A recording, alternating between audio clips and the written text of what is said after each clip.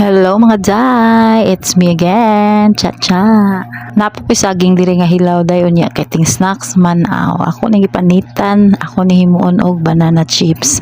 Panitan lang sa nato primero dayon niya ato lang hiwa-hiwaon og gagmay depende na nato kung unsa nga hiwa atong ganahan kay kita ra man sa mukaon ani. Ngayon ana lang nako paghiwa day ginagmay lang nako para mabay-ubay sad ba. Ang nindot gyud ta himuon banana chips katong hilaw gyud niya kani kay murag hinog-hinog naman ni. Hapit na gyud siya mahinog day na uban hinog niya. Mao na ni tanan akong nahiwa day ubay-ubay sad baya. Pag human nagkutaw lang pug ko og sentral niya akong gibutangan og suka. Nya ato lang nang imikos-mikos mga day silbi mao na atong ibutang iniglunod nato sa saging kay init naman ang kaha ato na lang ilunod ang saging. Unya kay nalunod naman ang saging imo ding butangan atong suka og asukar. Imong butangan lang gud og gamay unya mikos-mikos. Ang suka may maka-crispy ana day maka-crunchy ba unya. Mao na ni ang luto nato day di ba gwapa kaayo murag ako. Unya mga una ta mga day atong tilawan atong giluto.